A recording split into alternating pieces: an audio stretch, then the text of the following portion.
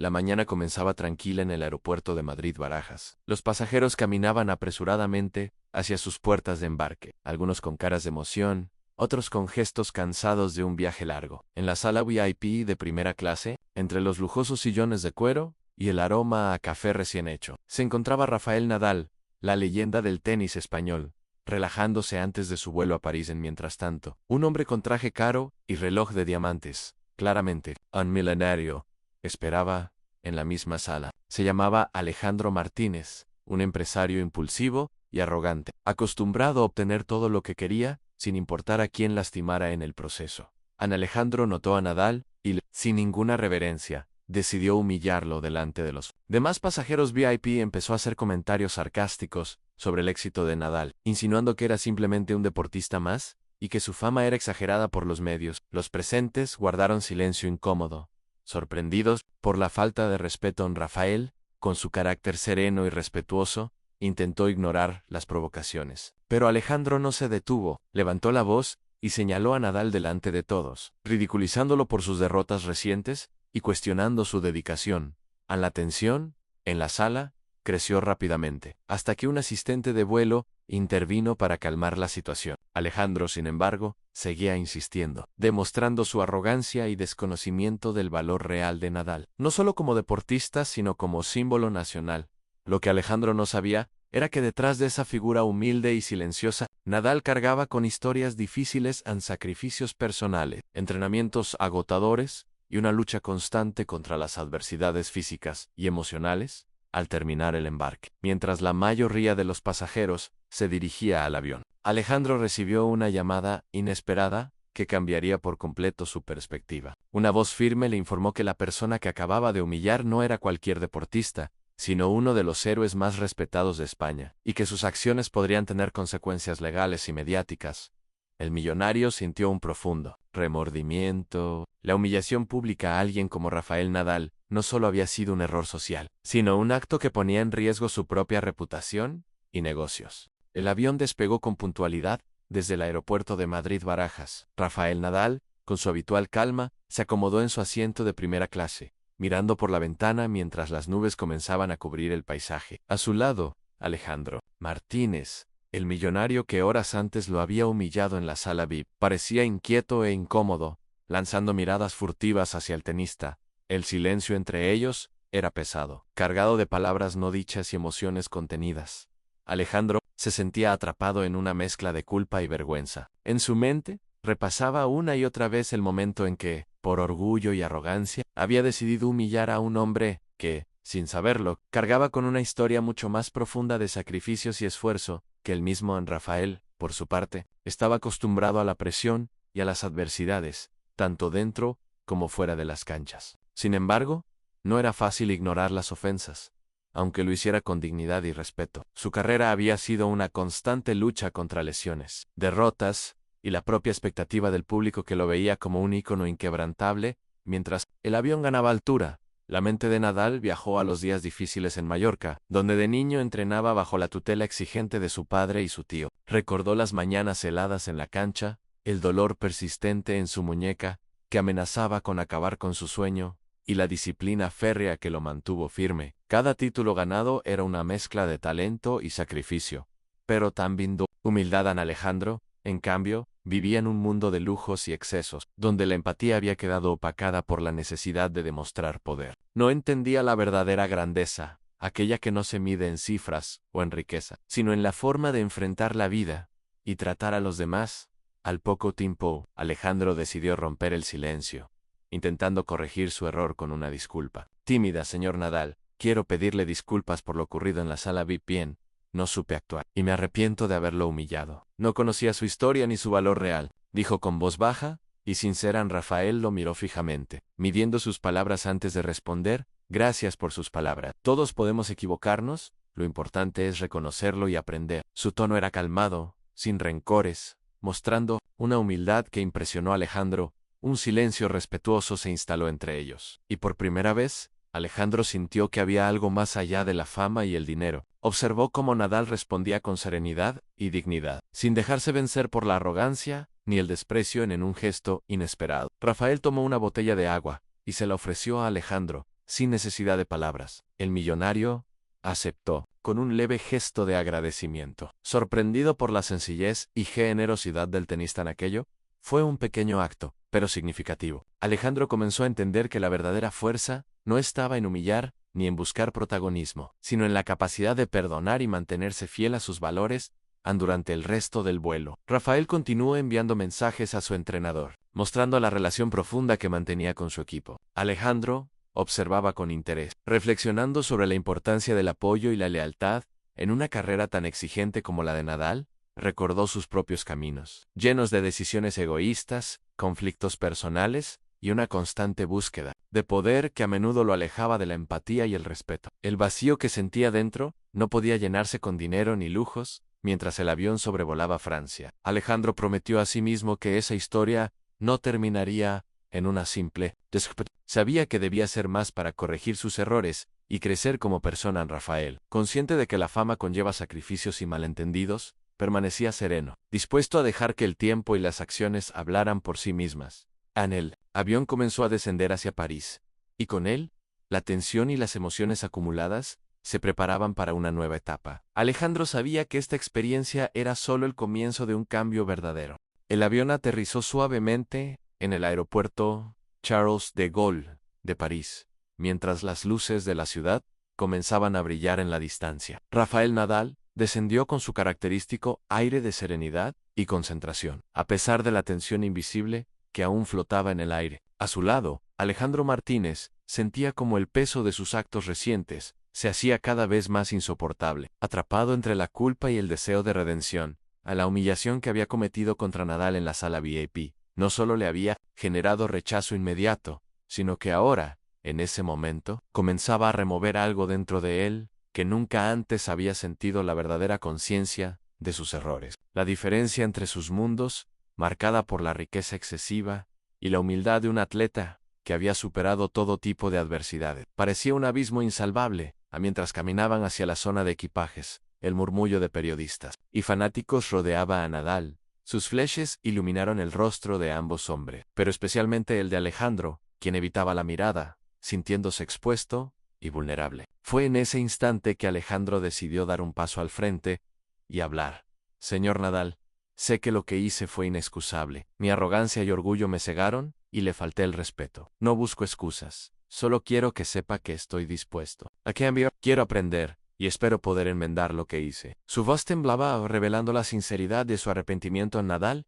Se detuvo, mirándolo con una mezcla de sorpresa y respeto. Con una calma absoluta respondió: la grandeza no se mide solo en trofeos o en dinero. Se mide en la capacidad de reconocer nuestros errores y en la valentía para enfrentarlos y crecer. Eso es lo que realmente importa. Esa respuesta impactó profundamente a Alejandro. Por primera vez, alguien a quien había intentado humillar le ofrecía una lección de vida, sin rencores ni arrogancia. Aquel momento marcó un antes y un después. Durante los días siguientes en París, Alejandro comenzó a cambiar su actitud. Dejó atrás la altivez que lo caracterizaba y se mostró más abierto a entender la realidad de otras personas, en especial la de los jóvenes deportistas que luchan por un futuro mejor. Decidió involucrarse en una fundación que Nadal apoyaba, dedicada a brindar oportunidades a quienes no las tienen.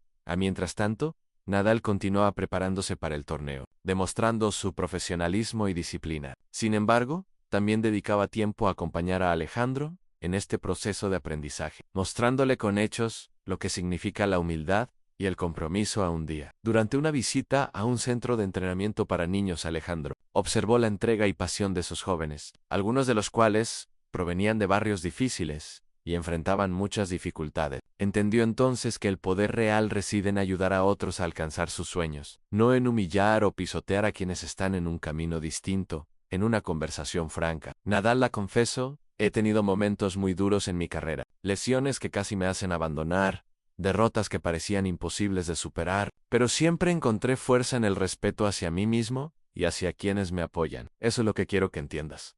Alejandro asintió, emocionado y agradecido. Sabía que ese era el comienzo de un cambio real en su vida, impulsado no solo por la culpa, sino por un deseo genuino de crecer y ser mejor en la relación entre ambos hombres. Inicialmente marcada por el conflicto, empezó a transformarse en una alianza inesperada, basada en valores comunes y en el reconocimiento de que todos podemos equivocarnos y aprender, el día del torneo benéfico llegó. Y Alejandro, ahora comprometido con la causa, estuvo presente no como un millonario arrogante, sino como un colaborador dispuesto a hacer la diferencia. Rafael Nadal brilló en la cancha, pero fuera de ella, ambos hombres mostraron al público la verdadera esencia del respeto y la humildad al final de la jornada. Alejandro tomó el micrófono para dirigirse a los asistentes. Quiero agradecer a Rafael por enseñarme que la verdadera grandeza está en el corazón y en la capacidad de reconocer nuestras faltas. Estoy aquí para aprender y apoyar, y espero que mi historia sirva para que otros también puedan cambiar.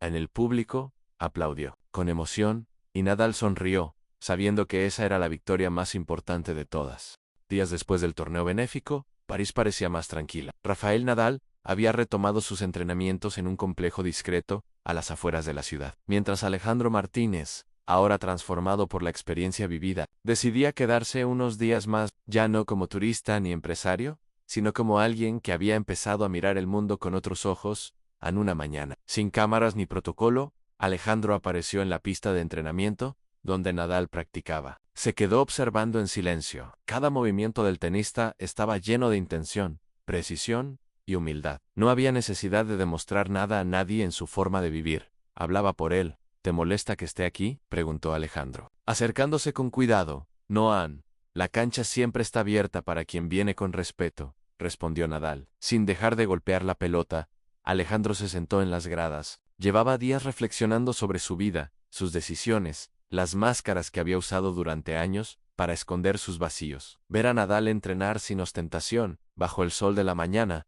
le dio una nueva dimensión de lo que significaba tener propósito. Cuando Nadal terminó la práctica, se acercó a él con una botella de agua en la mano. ¿Sigues aquí por algo en particular?, preguntó, con tono sereno. Sí, respondió Alejandro. Me cuesta admitirlo, pero creo que ver tu forma de vivir me obligó a mirarme al espejo, y no me gustó lo que vi. Siempre creí que el éxito era tener más que los demás, pero tú me mostraste que es todo lo contrario. A Nadal lo escuchó. En silencio había aprendido, con los años, que las verdaderas transformaciones no se forzan. Solo se guejan, se acompañan. No necesitas ser como yo, dijo. Solo necesitas ser tú, pero sin miedo a cambiar lo que ya no te hace bien. Alejandro asintió. En esa mañana, decidió ir más allá. Le propuso a Rafael financiar un programa permanente de becas para jóvenes tenistas sin recursos, no solo en España, sino en varios países de habla hispana. No era un acto de marketing, ni una manera de limpiar su imagen, era una forma de empezar de nuevo. A Nadal lo miró fijamente. Quería asegurarse de que no era un impulso pasajero, pero algo en los ojos de Alejandro había cambiado. Ya no brillaban por soberbia, sino por una extraña mezcla de vergüenza, esperanza y determinación. Sí, lo haces. Hazlo con el corazón. No por mí, no por el público, sino por ti mismo, le dijo, extendiendo la mano. Ana Alejandro la estrechó con fuerza. Era un nuevo pacto, uno sin contratos ni cláusulas, pero más poderoso que cualquier documento. En esa tarde, ambos almorzaron juntos en un pequeño restaurante en Montmartre, sin escoltas, sin asistente, solo dos hombres, compartiendo historia, dolores, aprendizajes. Nadal habló de su niñez en Mallorca, del miedo al fracaso, de las lesiones que casi lo hicieron rendirse. Alejandro le confesó que nunca tuvo a alguien que lo enseñara a perder, que siempre lo presionaron para ganar, incluso cuando eso significaba pisotear. La primera vez que perdí en público, sentí que ya no valía nada, admitió Alejandro. Por eso humillo a los demás, porque me enseñaron que solo el que humilla no es humillado. Nadal dejó el tenedor sobre el plato y lo miró con calma. Te enseñaron mal. La derrota no te quita valor. Lo que te lo quita es perderte a ti mismo para evitarla. Alejandro bajó la cabeza. Por primera vez en años, se sintió escuchado, no juzgado. Y eso, en silencio, lo conmovió profundamente. Al salir del restaurante, caminaron juntos por las calles empedradas. Rafael firmaba autógrafos con naturalidad, se detenía con niños que lo reconocían, siempre con una sonrisa genuina. Alejandro observaba todo como si lo viviera por primera vez, y en parte, así eran antes de separarse. Nadal puso una mano sobre su hombro y dijo, lo que hiciste en ese avión fue un error, pero tener el coraje de afrontarlo, eso es algo que muchos no hacen nunca en la vida. Alejandro sonrió, sin palabras. En esa noche, en su hotel, escribió una carta, no para Nadal, sino para su padre. Era la primera vez que le hablaba con honestidad. Le contó cómo había aprendido a callar emociones, a imponer respeto con dinero, a ser fuerte solo por fuera. Le habló de Nadal, de la vergüenza que sintió, del cambio que estaba iniciando. Al final de la carta escribió Noy: por fin, entendí que ser hombre no es nunca pedir perdón, es saber cuándo hay que hacerlo. Cuando terminó, miró por la ventana. París brillaba en la noche, pero en su interior ya no era la misma ciudad. Ahora, para él, tenía el rostro de un hombre que había respondido a la humillación con respeto, y esa lección le había dado algo que el dinero nunca le dio en paz. Semanas después del almuerzo en Montmartre, Rafael Nadal regresó a España para continuar su temporada de entrenamientos, mientras Alejandro Martínez permanecía en París, inmerso en una transformación silenciosa. No era el mismo hombre que había subido a ese avión con una sonrisa arrogante y un juicio rápido en la punta de la lengua. Ahora, se dedicaba a algo completamente distinto: a aprender a escuchar. Ana había empezado a visitar, de forma anónima, centros juveniles, escuelas deportivas y organizaciones de base. Lo hacía sin cámaras ni publicaciones en redes sociales. Por primera vez en años, no buscaba aprobación, sino comprensión. Lo movía una pregunta que no lograba quitarse de la cabeza desde aquel encuentro: ¿qué haría una persona como Nadal en mi lugar? Una tarde, recibió una videollamada desde Mallorca. Era Rafael. ¿Cómo va todo por allá?, preguntó con su tono cálido. Mejor de lo que imaginaba, respondió Alejandro, sonriendo sinceramente. Es raro, pero creo que necesitaba tocar fondo para empezar a ver con claridad. Tocar fondo no es lo importante, dijo Nadal. Lo que cuenta es cómo eliges salir de ahí. Hablaron durante más de una hora. Intercambiaron ideas, rieron, compartieron silencios incómodos que ya no pesaban como antes. Alejandro le contó su idea de crear una fundación propia, que no solo financiara a jóvenes promesas del deporte, sino que también ofreciera formación emocional, talleres sobre gestión de la presión, autoestima, fracaso. Nadal escuchó con atención. Eso sí que haría la diferencia, dijo. A veces lo que más necesita un chico no es una raqueta nueva, sino alguien que le diga que no pasa nada si pierde en los días siguientes. Fueron vertiginosos. Alejandro comenzó los trámites, formó un pequeño equipo, buscó alianzas con escuelas, psicólogos, entrenadores, todo con un nuevo enfoque. No se trataba de salvar a nadie, sino de acompañar procesos, de abrir puertas donde antes solo había muros. El lanzamiento oficial de la fundación se programó en Barcelona, coincidiendo con un torneo juvenil en el que Nadal sería padrino de honor. La noticia se filtró rápidamente y los medios comenzaron a cubrir la historia en empresario que humilló a Rafael Nadal. Anuncia fundación para jóvenes deportistas. La opinión pública, dividida, debatía si se trataba de redención o estrategia, pero a Alejandro ya no le importaba, porque esta vez lo hacía por convicción. El día del evento, en un auditorio sencillo, pero repleto. Alejandro subió al escenario con una carpeta en la mano y una historia en el corazón. Hace poco más de un mes, cometí uno de los errores más vergonzosos de mi vida, comenzó. En un vuelo de Madrid a París, insulté a un hombre sin saber quién era, pero lo peor no fue mi ignorancia sino mi soberbia. Lo traté como alguien inferior. Hoy estoy aquí porque ese hombre me respondió con respeto. Y eso cambió todo, Anne.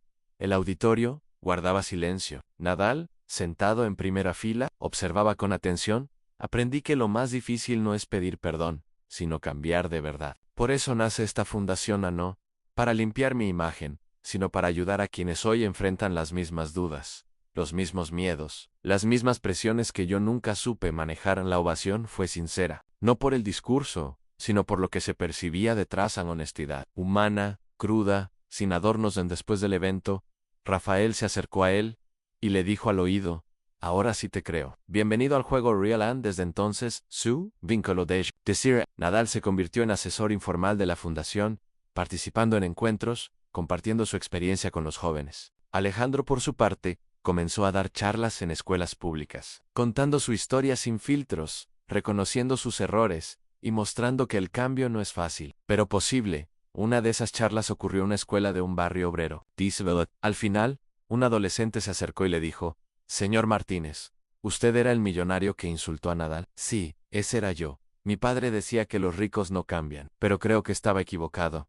Alejandro sintió un nudo en la garganta, le agradeció con un gesto, y cuando salió al patio, respiró profundo, Han pasado varios meses desde el lanzamiento de la fundación. La historia del millonario que humilló a Rafael Nadal y terminó creando un proyecto para jóvenes deportistas se hizo viral, pero aún más entre los titulares. Lo importante fue lo que sucedió en silencio, en las canchas del barrio, en las clases improvisadas y en las vidas de los niños que por primera vez se sintieron vistos. Alejandro Martínez no era el hombre que necesitaba aplausos para respirar. Su vida había dado un giro. Dedicó gran parte de su tiempo a utilizar los centros apoyados por la fundación. Observé, escuché, aprendí. No se trataba de él en una mañana. En un polideportivo de Valencia, un chico de 15 años llamado Iker se acercó con una libreta en la mano. Tenía los ojos brillantes de emoción.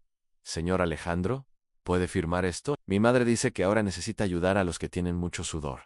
Alejandro cogió la libreta, la abrió y encontró un dibujo a lápiz. Era una cancha de tenis en el centro, un chico con una camiseta que decía: «¿Tú también puedes?» «Tiji, si es», preguntó conmovido. «Sí, quiero ser como Rafa Nadal, pero en el terreno de juego.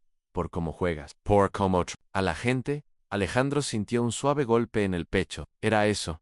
Todo lo es no eran raquetas, ni vestidos, ni entrevistas. Era esta frase: «Yo también puedo». Era esperanza. Más tarde, llamé a Nadal, le contó el dibujo, la frase del niño, la mirada que no podía arrancarse de la cabeza. Rafael, al otro lado, respondió con voz tranquila: «Así que lo estás haciendo bien, pero, en general fue leve». En el cambio de Alejandro había acosado a quienes lo rodeaban, socios, colegas, incluso familiares. Algunos lo acusaron de querer lavar su imagen, otros simplemente dijeron que se había vuelto loco. Lo más difícil fue cuando su padre, un magnate austero e inflexible, lo invitó a cenar en Madrid. «Ya no te reconozco», dijo su padre en cuanto se sentó. «Quizás nunca me conociste», respondió Alejandro, sin enojo, con firmeza. «¿Te has convertido en un filántropo de las redes sociales o intentas comprar el perdón del mundo?» «No compro nada. Devuelvo lo que nunca fue mío. Oportunidades. Respeto». Tiempo. El silencio que siguió fue largo. El padre, impasible, dio un sorbo a su vino. Luego se levantó y dijo simplemente: «A los débiles se disculpan. Los fuertes ganan». Esa noche, Alejandro no durmió, pero tampoco se sintió derrotado. Por primera vez, comprendió que parte de su camino sería desprenderse de todo lo que una vez creyó ser fuerza, pero que en el fondo era miedo disfrazado a unos. Días después, en una conferencia en Zaragoza, habló sobre esto a un grupo de jóvenes. De pequeño, me decían que la emoción era debilidad, que debía callar, actuar, ganar, pero nadie me enseñó a perder. Hoy entiendo que el verdadero fracaso es vivir sin la valentía de cambiar. Final de la charla. Un joven levantó la mano.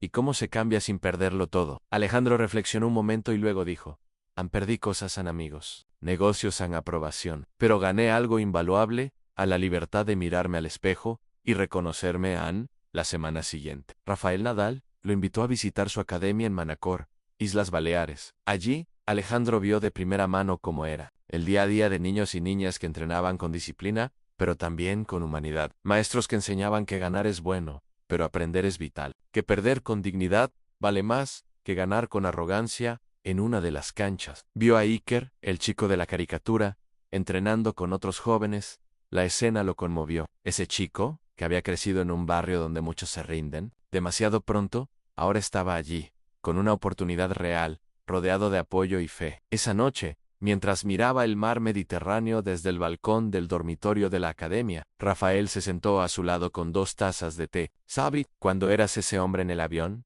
te vi como muchos otros. Pero ahora veo algo raro en ti, en alguien que decidió parar. Dejar de qué, de perseguirse a sí mismo, y empezar a caminar con los demás». Ambos rieron. Ya no había Copa Alley, solo respeto mutuo y algo que parecía aún más grande, la verdadera amistad. A la mañana siguiente, antes de Hearst, Alejandro fue a la cancha, se arrodilló en el borde y colocó el dibujo de Iker, ahora enmarcado, junto a la red, escrita a mano, con rotulador negro. Había añadido una frase: «Gracias por enseñarme que la humildad no se entrena, se vive». Era una mañana nublada en Madrid, cuando Alejandro recibió una invitación inesperada. Uno de los periodistas más importantes de la televisión española quería entrevistarlo, no para revivir el escándalo con Nadal, que se había diluido con el tiempo, sino para hablar de su transformación. Al principio, dudó. Todavía se sentía incómodo frente a las cámaras. A diferencia del carismático hombre que dominaba las entrevistas corporativas, años atrás. Pero, Rafael, al escuchar la propuesta, fue directo a hazlo no por ti, por los jóvenes que aún no creen que el cambio sea posible. En la entrevista se grabó en un sencillo auditorio, frente a un público compuesto por jóvenes beneficiarios de la fundación. Las cámaras captaron no solo rostros atentos, sino también las miradas de quienes habían vivido historias similares, llenas de caídas y nuevos comienzos. Alejandro, te has convertido en un símbolo de cambio social, comenzó el periodista. ¿Pero qué te hizo cambiar realmente? Respiró hondo, se ajustó el micrófono del cuello de la camisa y respondió con sinceridad: me humillaron. Pero, no, Rafael Nadal, me humillaron a mí mismo. A la imagen que vi en el espejo después de ese vuelo, descubrí que el peor fracaso es ser admirado por las razones equivocadas.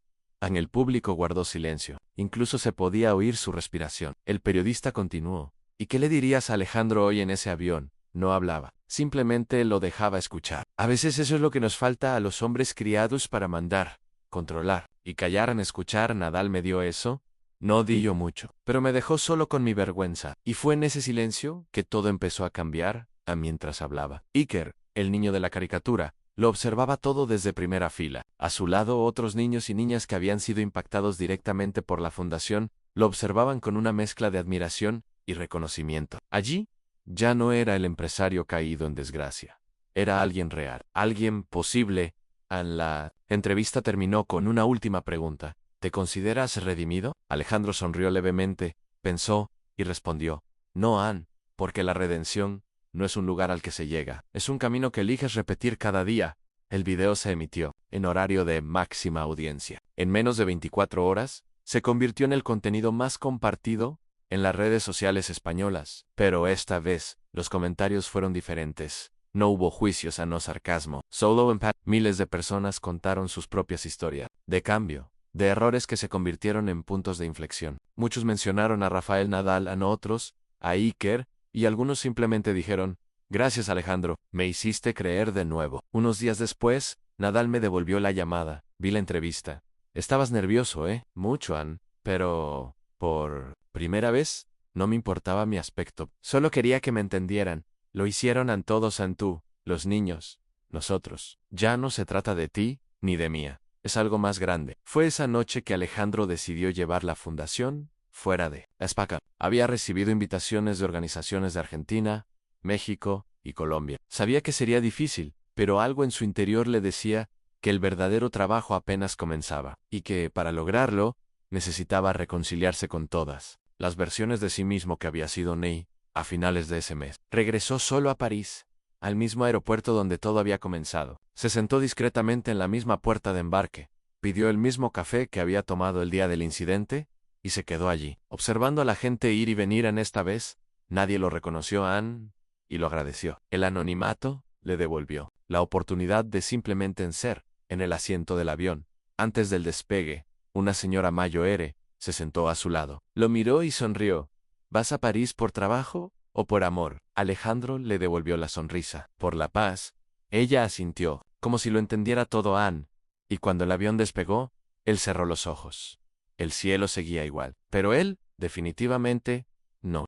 El éxito de la fundación había trascendido fronteras. En Latinoamérica, empezaban a surgir varios centros, con el apoyo de ONG locales, y Rafael Nadal había enviado personalmente videos de ánimo. Sin embargo, en medio de este avance global, Alejandro recibió una llamada que lo dejó paralizado en medio de la oficina. Era su madre Ann. Hacía años que no hablaban. La última vez había sido en una cena tensa, donde ella se puso del lado de su padre, cuando Alejandro decidió separarse del negocio familiar. Alejandro, tu padre está muy enfermo, y me pidió verte. El silencio duró más de 10 segundos. ¿Quieres verme ahora? Después de todo, no sé qué quieres. Solo sé que eres débil, y que repites tu nombre cuando duermes. Esa llamada no era algo que esperaba ni deseaba, pero al mismo tiempo, había algo en su interior que ya no sentía la necesidad.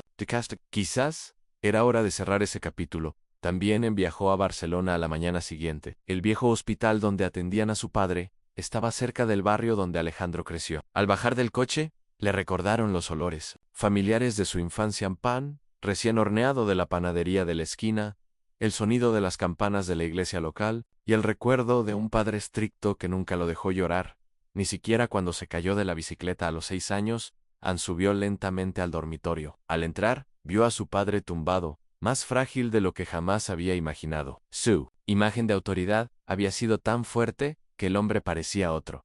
Su padre abrió los ojos y dudó un momento. Pensé que no venías, dijo con voz cansada. Yo tampoco. Hubo un largo silencio.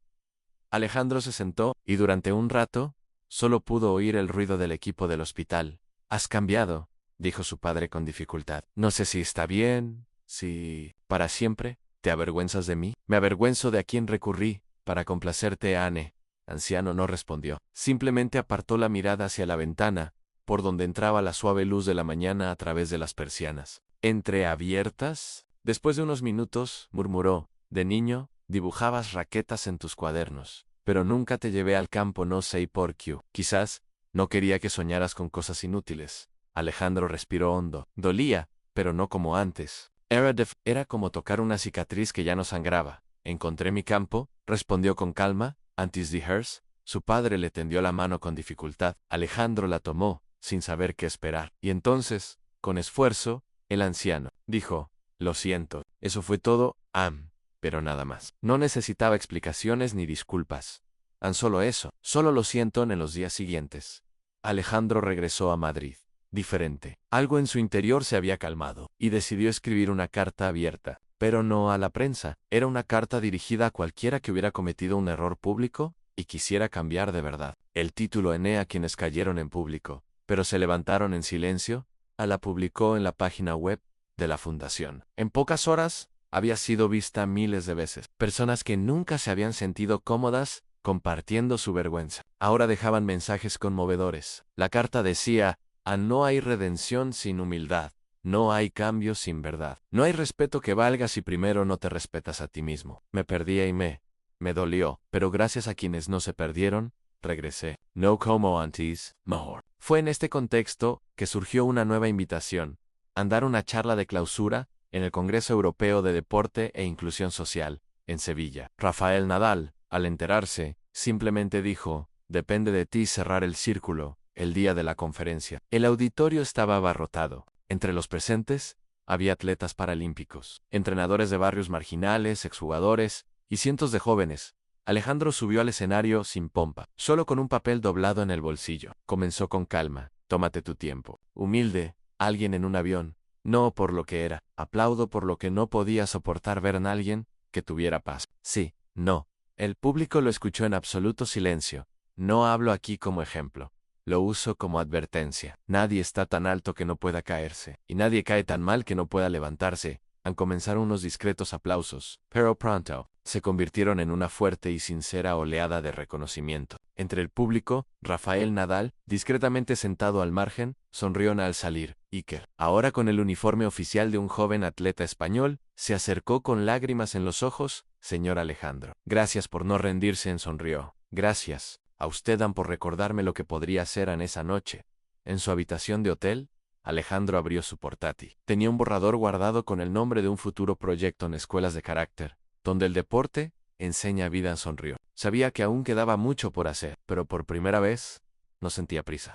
Palma de Mallorca estaba más viva que nunca. Calles decoradas con banderas, niños corriendo con camisetas deportivas y cámaras instaladas en cada rincón. Ese día no era uno cualquiera. Se inauguraba el primer centro internacional de la Fundación, creada por Alejandro, un lugar donde deporte, educación y dignidad se encontraban para cambiar vidas. Lo que nadie sabía era que ese día también cerraría un ciclo. El pasado y el presente por fin iban a mirarse a los ojos. Y en medio de todo, Rafael Nadal. El auditorio al aire libre estaba repleto. Periodistas, educadores, jóvenes rescatados de entornos violentos. Alejandro se preparaba detrás del Sabía que Nadal estaba allí, sentado discretamente entre el público. No se tinha encontrado desde aquel vuelo. Desde aquela humilhação subió al escenario sem rodillos. Pegó un micrófono con las dos manos y respiró fundo. Unos años, humillé a un hombre que no conocía. Lo vi tranquilo, con una paz que yo no entendía. Wild attack. Pero ese hombre, en vez de devolverme odio, me dio silencio, y ese silencio me rompió por dentro. La gente enmudeció. Solo se oía el sonido del viento entre las lonas. Hoy estoy aquí no por lo que hice, sino por lo que decidí hacer después. Porque todos podemos caer, pero no todos elegimos levantarnos. Miró directamente a Nadal, quien sostenía la mirada sin rencor. Rafael Nadal, Gracias por no responderme ese día. Porque ese silencio cambió mi vida. Un aplauso, tímido, comenzó, en la fila del fondo. Luego otro. En segundos, todo el público estaba de pie. Rafael también. Alejandro continuó, emocionado. Hoy este centro existe porque alguien me enseñó con el ejemplo. No con palabras, con calma, con dignidad. Por eso, con el corazón en la mano, quiero pedirte algo. Giró hacia el público. Quiero que ustedes también sean ese ejemplo para alguien. No hace falta ser famoso. Basta con ser humano. Rafael subió lentamente al escenario. El auditorio explotó en gritos y aplausos. Cuando llegó junto a Alejandro, no hubo palabras. Solo un abrazo largo y limpio, sincero. Después del abrazo, Nadal tomó el micrófono. Alejandro, el perdón no siempre se dice en voz alta. A veces, se demuestra con hechos. Y tú lo has demostrado. Ambos sonrieron. En ese instante todos comprendieron que no era una historia sobre vergüenza. Era sobre transformación. Al final del evento, decenas de niños se acercaron.